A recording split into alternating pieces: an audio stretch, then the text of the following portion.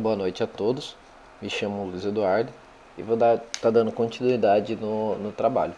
Então, falando agora um pouco sobre o quarto tempo no escape dos gases. Então, nesse último processo, vai ocorrer a abertura da válvula do motor, onde vai ocorrer uma variação da pressão em um volume constante, como podemos observar no gráfico. Já no processo de B para A, vai ocorrer uma exaustão, onde a massa e o volume desses gases estarão sofrendo variações constantes, considerado como isobárico. Então a pressão permanece a mesma e o volume vai decaindo constantemente. Falando um pouco agora sobre a eficiência nos motores de combustão interna. Então essa capacidade de um motor ela é representada pela potência, no qual determina a quantidade de trabalho que o mesmo pode realizar por unidade de tempo. O rendimento nos motores é representado pela relação entre a potência produzida e a potência calorífica fornecida pelo combustível utilizado. Então isso quer dizer que o rendimento é a eficiência de transformação de calor em trabalho. Então, como podemos observar nessa figura ao lado esquerdo, a gente pode ver a potência gerada, P, vezes 1000, dividido pela vazão mássica do combustível, MC, vezes HC, que é o poder calorífico interno do combustível. Que nada mais é do que o trabalho sobre o calor, gerando rendimento.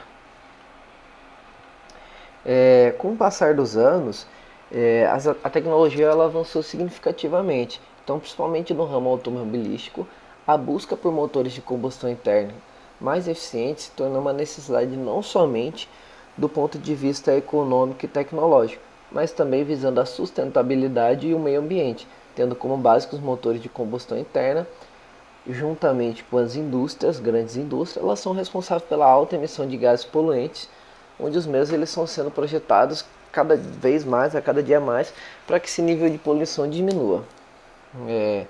Essa adição de hidrogênio no processo de combustão interna aumenta esse limite de operação, propiciando um método eficaz na eficiência térmica, permitindo uma combustão completa e um espectro mais amplo de possibilidades referente ao excesso de ar, do ar na mistura. De acordo com Carvalho, onde a gente fundamentou esse texto, a definição de eficiência ela pode estar sendo aplicada na avaliação de inúmeros processos, em diferentes formas de conversão de energia. Um tradicional exemplo onde ele é aplicado em equipamentos que envolvem a queima de um combustível, onde a eficiência é baseada no poder calorífico do combustível. Outro fator importante para a caracterização da eficiência de um motor de combustão é o tipo de combustível utilizado. Então, cada combustível ele possui propriedades e constituições químicas diferentes, que de acordo com a sua energia e característica de sua combustão, resultam em diferentes parâmetros de desempenho, emissões e eficiência. Então, como podemos observar essa imagem, a gente vai estar tendo uma representação de um carro movido a hidrogênio. Então a gente vai ter o tanque de hidrogênio, a gente vai ter as baterias, vai ter os motores, os motores elétricos, que vai estar sendo movido pelo SH2O, pelo SH2, o hidrogênio. A gente vai estar sendo explicado com mais precisamente e mais amplo no próximo assunto, que é o de José Matheus, mas essa imagem é só para a gente começar a ver esse processo de combustão interna a hidrogênio. Falando um pouco agora da relação estequiométrica de ar-combustível. A ótima razão de ar-combustível é determinada pela carga e rotação de motor, onde consiste no desejo de obtenção do torque. Então a gente vai conseguir esse torque almejado com o menor consumo de combustível em uma operação normal e confiável. Para determinar qual é essa condição de mistura na câmara de combustão, tem que se relacionar a taxa de massa de ar admitido com a taxa de massa de combustível que entra no motor. Então, para que haja realmente essa mistura ideal entre o combustível e o gás, que é entre o carburante e o comburente, não basta apenas a gente estar mesclando esse ar e o combustível.